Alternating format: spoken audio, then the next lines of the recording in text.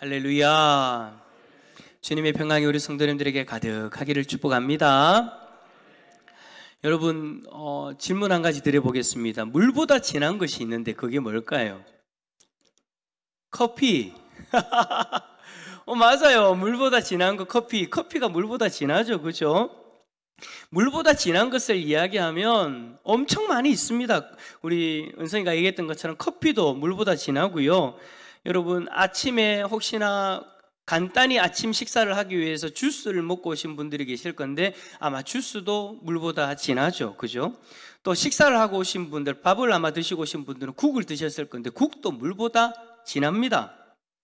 그런데도 우리는 비유로서 이야기를 할 때 그런 것들이 물보다 진하다라고 이야기하는 것이 아니라 피가 물보다 진하다 라고 굳이 우리는 피가 물보다 진하다라는 것을 강조하면서 그렇게 이야기를 하죠. 여러분, 이렇게 이야기하는 이유가 뭡니까? 물과 피의 성분을 비교해서 그렇게 말하는 것보다는 피로 맺은 관계가 끈끈하다라는 것을 강조하기 위해서 우리는 그 이야기를 하죠.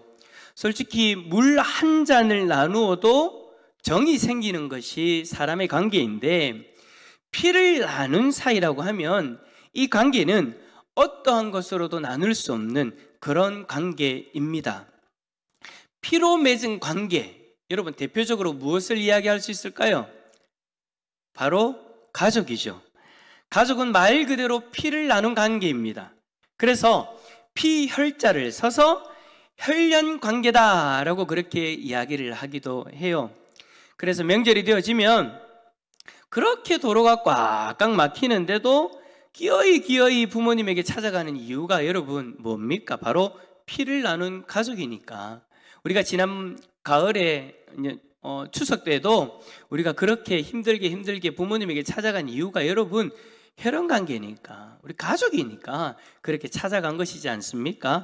갔다 오면 녹초가 되는데도 불구하고 가족을 만나야 되니까, 부모님을 만나야 되니까, 형제를 만나야 되니까 그렇게 우리는 찾아간 겁니다. 근데 여러분, 오늘 성경에도 보니까 예수님이 피를 흘리십니다. 십자가에 달리신 주님이 물보다 진한 그 피를 여러분 한가득 쏟고 계세요. 그리고는 예수님이 말씀하십니다. 내가 목마르다. 내가 목마르다라는 그 주님의 괴로운 음성이 들립니다. 피를 쏟아내어서 몸속에 수분이 다 그렇게 빠져나가니까 예수님은 타는 목마름을 경험하시면서 그렇게 죽어가고 계시는 거예요. 이러한 주님 앞에서 우리는 익숙한 질문을 한 가지 던져보게 됩니다. 주님은 왜 피를 흘리셔야 됐나요? 목이 타도록 마지막 그 한 방울까지 그 귀한 보혈을 흘리신 이유가 뭐냐라는 겁니다. 우리는 그 이유에 대해서 많은 이야기들을 할 수 있습니다. 우리의 죄를 위해서 피와 같이 붉은 우리의 죄를 눈과 같이 맑게 깨끗하게 씻으시기 위해서 그렇게 피를 흘리셨다. 우리를 사랑하셔서 피를 흘리셨다. 우리를 하나님 백성 삼으시려고 피를 흘리셨다. 등등의 여러 가지 이유들을 우리는 이야기할 수 있어요. 그렇게 여러분, 주님의 보혈의 의미는 너무나도 깊고 그 열매는 너무나도 풍성합니다. 그래서 한두 마디 말로는 그것을 다 대답할 수 없어요. 그 수많은 이유들 중에 조금은 좀 생소하지만 결코 빠질 수 없는 소중한 이유 하나를 오늘 본문에서 우리는 발견할 수 있습니다. 그게 뭐냐? 한 가족의 탄생을 위해서, 어느 한 가족의 탄생을 위해서 예수님이 피를 흘리셨다라는 거예요. 물보다 진한 피로 맺어진 가족, 그 가족을 우리에게 선물로 주시기 위해서 주님이 십자가에서 피를 흘리셨습니다. 예수님이 십자가에서 생명을 잃어가실 때에 십자가 아래에는 많은 사람들이 있었죠. 그 중에 예수님의 어머니 마리아와 그리고 제자 한 사람도 있었습니다. 그 제자는 아마도 여러분 요한복음의 저자인 사도 요한이라고 생각되어집니다. 왜냐하면 요한은 자신에 대해서 표현을 할 때에 주님이 사랑하시는 제자, 자기 자신에 대해서 표현을 할 때 자기는 예수님에게서 사랑을 받았던, 예수님이 사랑한 제자다라고 그렇게 주로 표현을 했거든요. 근데 오늘 본문에 보니까 자신을 또 그렇게 표현하고 있어요. 그렇게 여러분 예수님의 어머니 마리아와 요한, 그 두 사람이 십자가의 밑에 있습니다. 이 두 사람을 십자가에 달리신 그 예수님이 바라보시고는 그들에게 말씀하세요. 26절과 27절 우리 화면을 보면서 한번 읽어볼까요? 시작. 예수께서 자기의 어머니와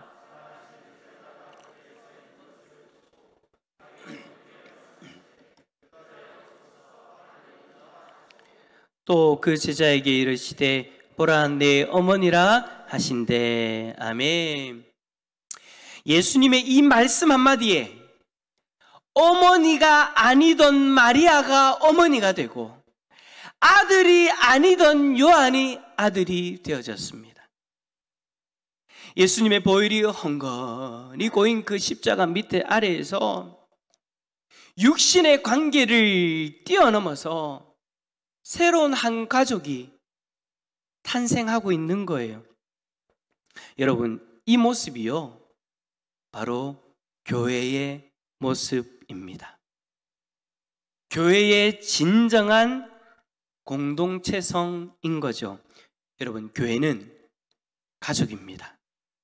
피 한 방울 섞여 있지 않지만 십자가로 말미암아 태어난 가족, 예수님의 거룩한 그 보혈로 맺어진 가족, 그것이 여러분 바로 교회 가족입니다. 교회는 오순절 마가 다락방으로부터 시작되었다라고 우리는 그렇게 역사적인 어떤 사실들을 이야기하지만 사실은 그 전으로 돌아갈 수도 있는 거예요. 십자가 아래에서.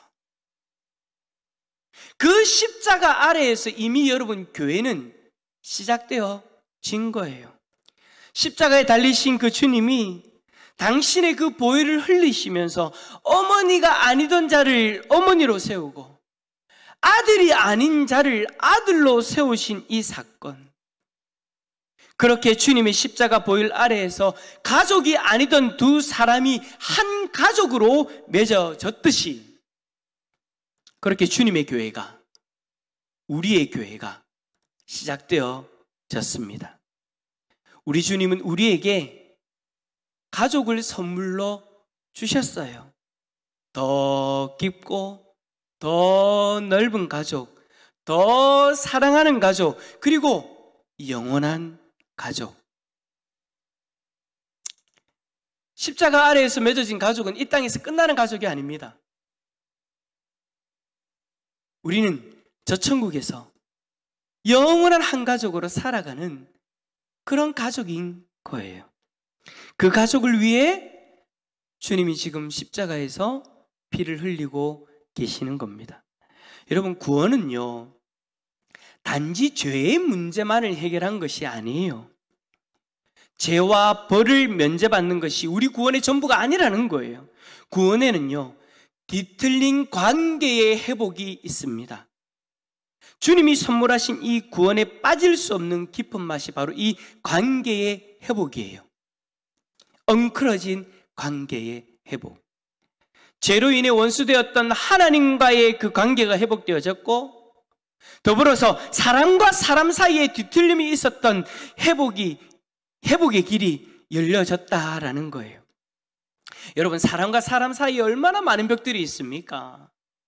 지금 여러분 옆에 있는 집사님들, 옆에 있는 장로님들, 아니 옆에 있는 가족들, 여러분 사이에도 솔직히 교회를 떠나면, 십자가를 떠나면 얼마든지 막혀있는 담들이 많이 있잖아요.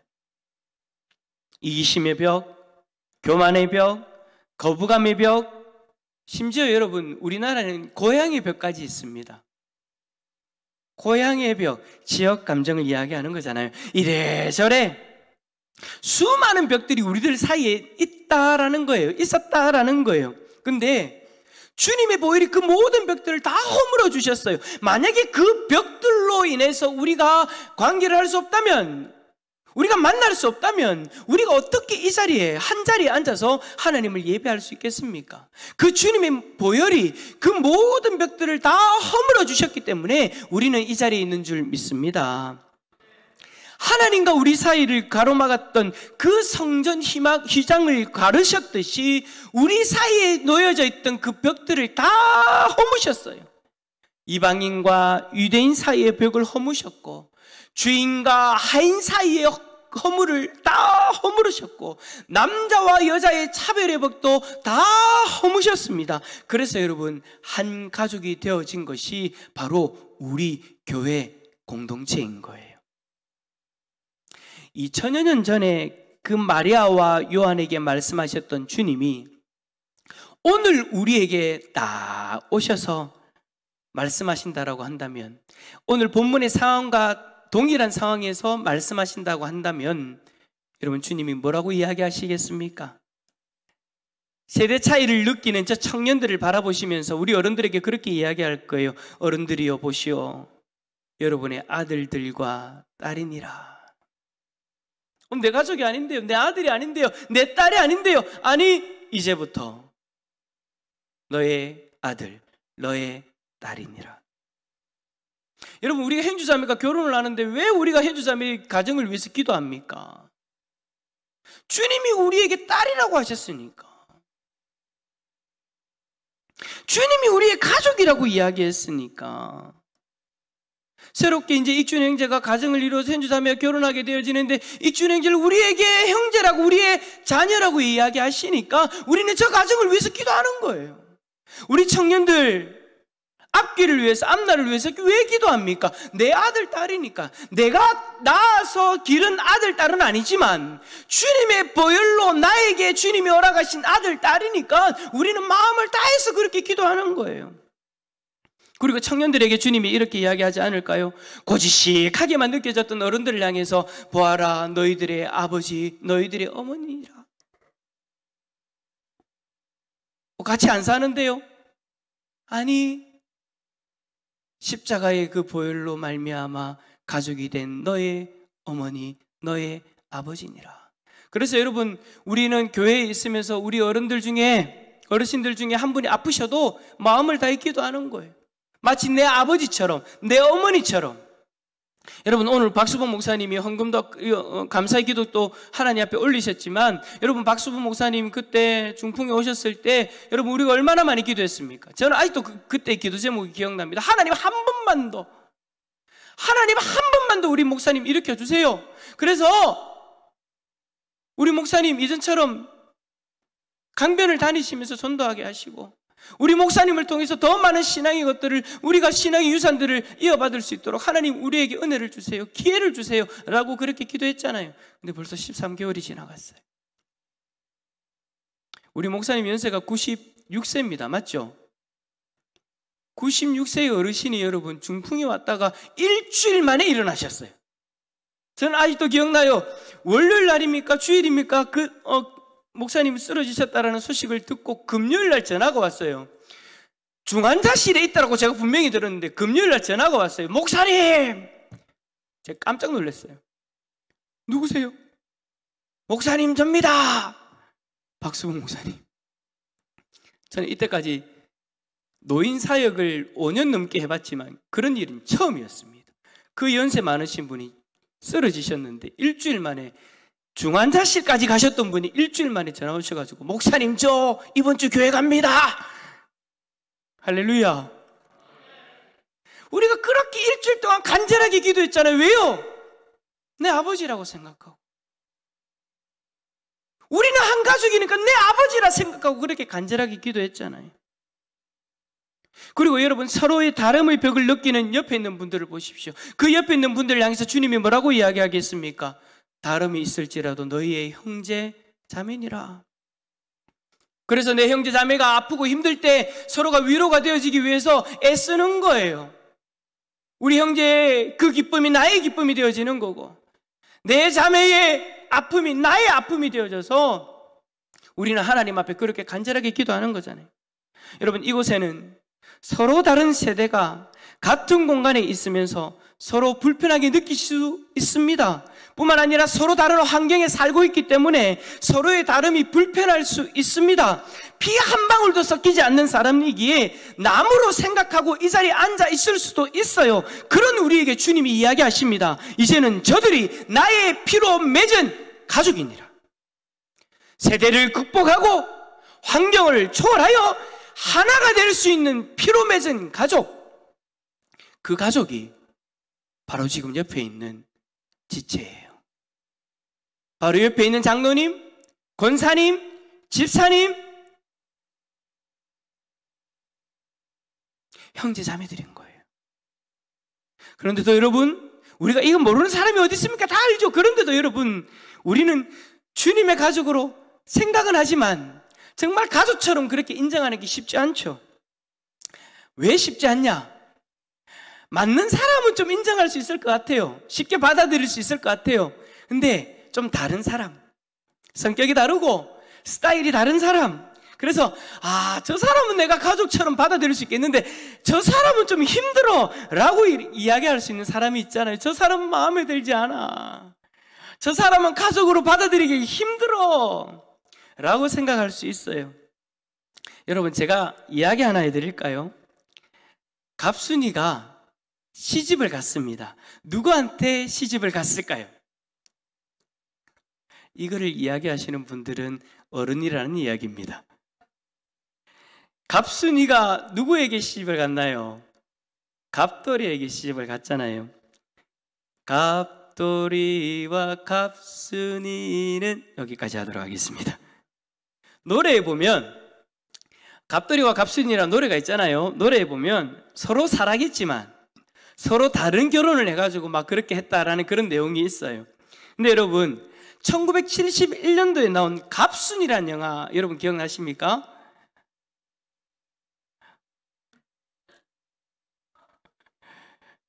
예. 이미영 집사님은 고개를 옆으로 흔드는 것이 정상입니다. 저도 이 영화 몰라요. 몰랐다가 이제 설교를 준비하면서 한번 찾아보니까 1971년도에 이런 배경의 영화가 나온 거예요. 갑순이라는 제목으로. 1971년도면 제가 태어나지도 않았을 때예요. 4년 뒤에 제가 태어났는데 이 영화의 내용이 어떤 거냐? 갑돌이가 사법고시에 합격해서 갑순이와 결혼한다, 그런 어떤 내용이래요. 결혼하기 어려웠는데 누군가의 도움으로 결혼을 하게 되어지고 가정을 이루게 된다, 그렇게 이야기를 하더라고요. 제가 본 거는 아니에요. 검색해 보니까 그런 내용이 있더라고요. 어쨌든 갑순이가 갑돌이한테 시집을 갔습니다. 그래서 갑순이는 너무 행복했대요.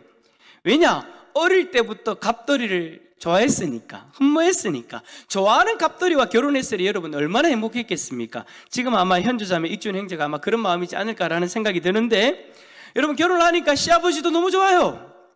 근데 딱 하나 문제가 생겼어요. 시아버지도 좋고 다 좋은데 갑순이에게 문제가 생겼어요. 무슨 문제가 생겼을까요? 시어머니가 어려운 거예요. 시어머니라는 큰 산이 딱 하고 버티고 있는데 이게 이제 어려운 거예요.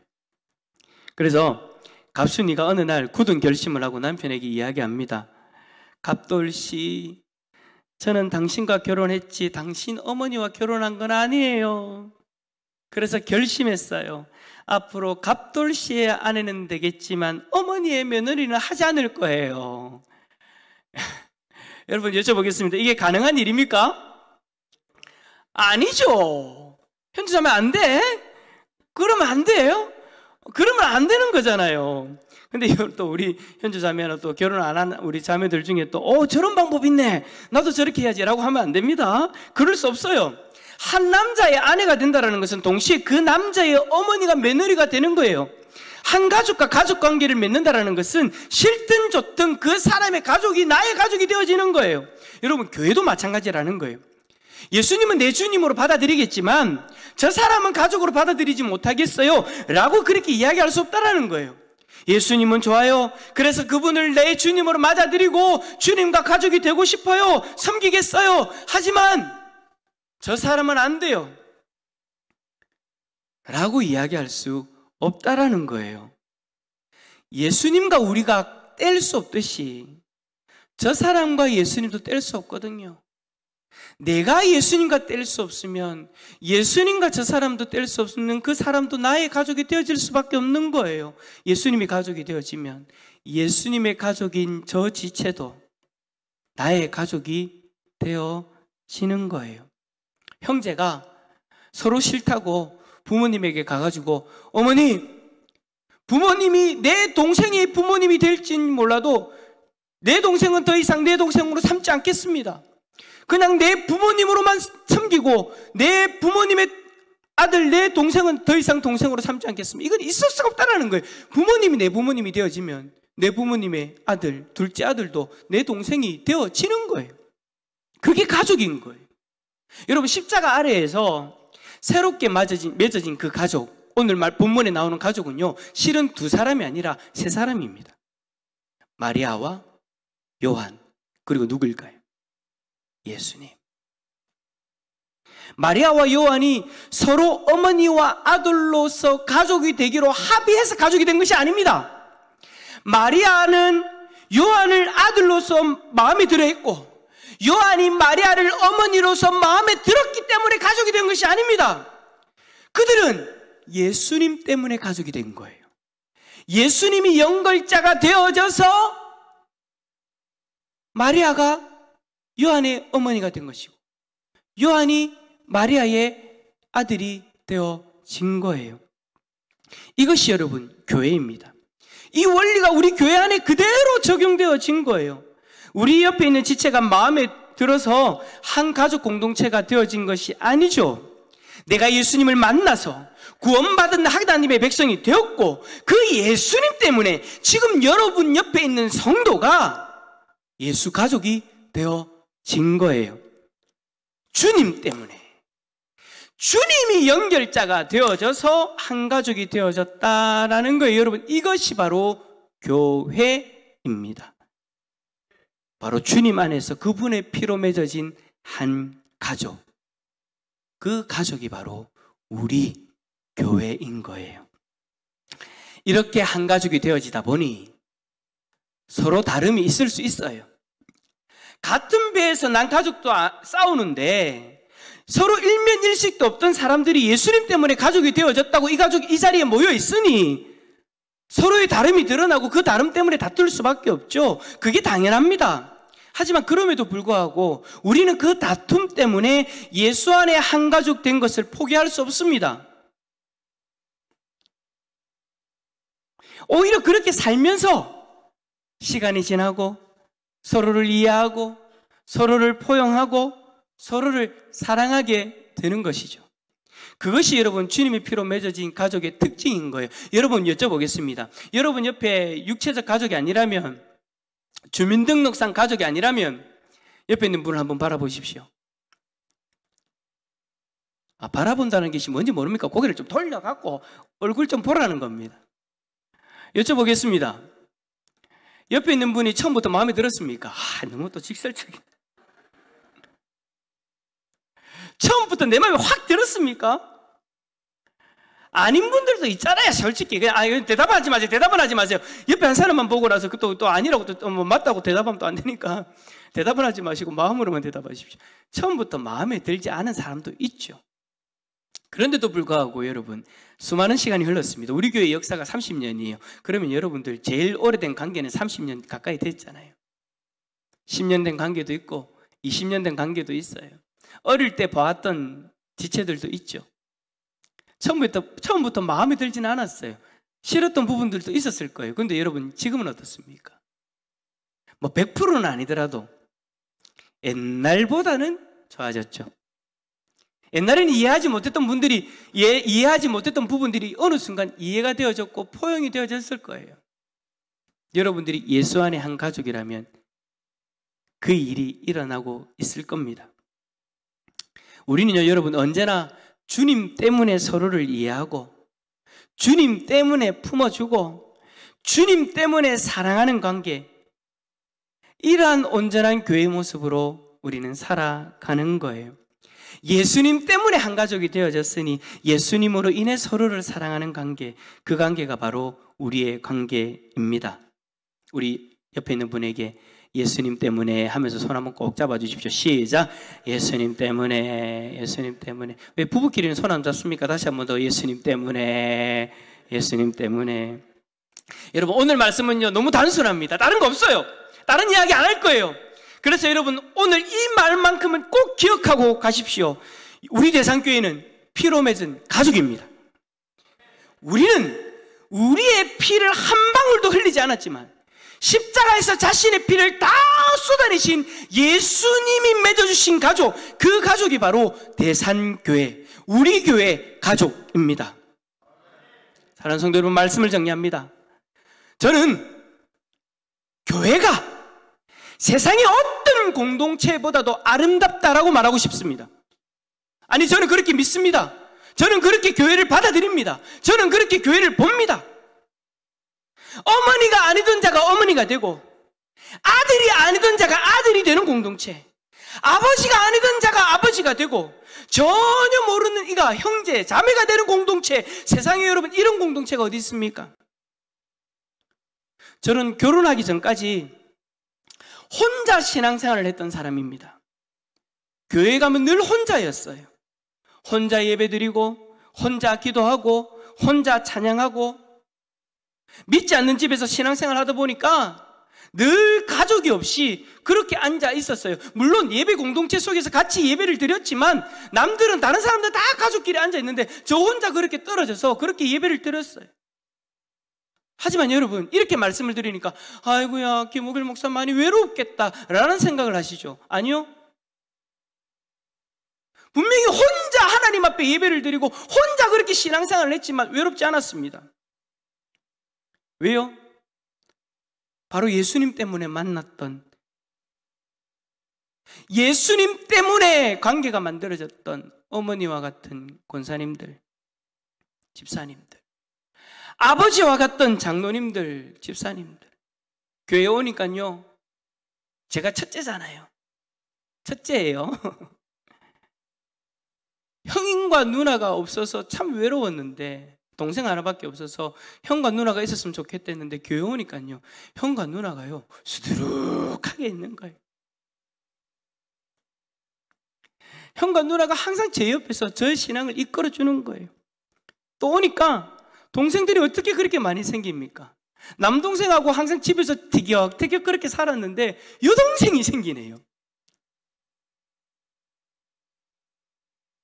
교회 오니까 가족이 생기는 거예요. 예수의 피로 맺어진 가족들이 혼자 신앙생활을 하는 저를 위해서 기도해 주시고 언제나 저를 격려해 주셨어요. 저는요, 아직도 그분들의 모습, 그분들의 목소리를 잊지 못합니다. 제 손을 꼭 잡아주시면서 혹이라 엄마가 기도하고 있대. 저 어머니 아니에요. 근데 저한테 그러는 거예요. 엄마가 기도하고 있대. 저는 제일 처음에 이해가 되지 않았어요. 저분이 왜 나한테 엄마라고 하지? 근데 이제는 이해가 되어져요. 왜 엄마라고 이야기했는지. 엄마가 기도하고 있대. 힘내라, 힘내라. 내 육신의 어머니도 아닌데 예수의 피로 맺어진 그 어머니들이 저를 위해 기도하고 있대요. 저는 항상 혼자인 줄 알았어요. 나를 위해 기도하는 사람이 아무도 없다라고 생각했어요. 그런데 어머니들이, 교회의 어머니들이 저를 위해 기도하고 있는 거예요. 언제가 군대 갔을 때 휴가 나오니까 어느 집사님이 저를 붙잡고 그렇게 말씀하시는 거예요. 혹이라, 내가 너를 위해서 기도하는데 하나님이 자꾸 예배 회복을 해야 된다라고 그렇게 기도 제목을 준다. 군대 가서도 예배 포기하면 안 된대 라고 그렇게 이야기하시는 거예요. 그 말 듣고 저는요, 그 자리에서 울었어요. 자기 아들도 아닌데 군대에 가서 만나지도 못하는 저를 위해서 기도하고 있다라는 거예요. 여러분들 아마 이 말 듣고 예의상 그랬겠죠? 아니요. 당시에 실제적으로 제가 예배를 못 드리고 있었어요. 여러 가지 이유로. 하나님이 그 마음을 주시지 않으면 알 수 없는 내용까지 기도의 자리에서 정말 저를 위해서 기도하고 있기 때문에 하나님이 그 기도 제목을 주신 거예요. 저는 확신합니다. 예수의 피로 맺어진 교회 가족만큼 아름다운 공동체는 없습니다. 밖에서 보면 교회만큼 시끄러운 공동체가 없죠? 맞아요. 그래서 교회를 보고 손가락질 합니다.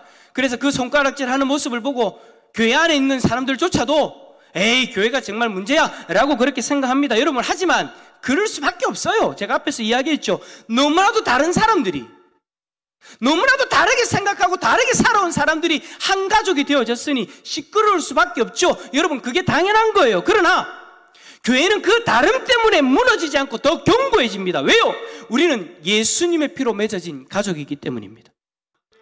서로의 다름을 예수 그리스도로 말미암아 극복하기 때문입니다. 시간이 지날수록 서로의 다름을 다투었던 사람들이 예수님 때문에 서로 이해하고 용납하고 사랑으로 더욱더 하나가 되어지는 것이 교회 공동체입니다. 서로 다르지만 서로 사랑으로 섬기고 기도하고 힘이 되어지는 공동체, 그 교회가 여러분 바로 우리 교회입니다. 사랑하는 성도 여러분, 오늘 이거 하나만 기억합시다. 우리는 예수 그리스도의 피로 맺어진 가족입니다.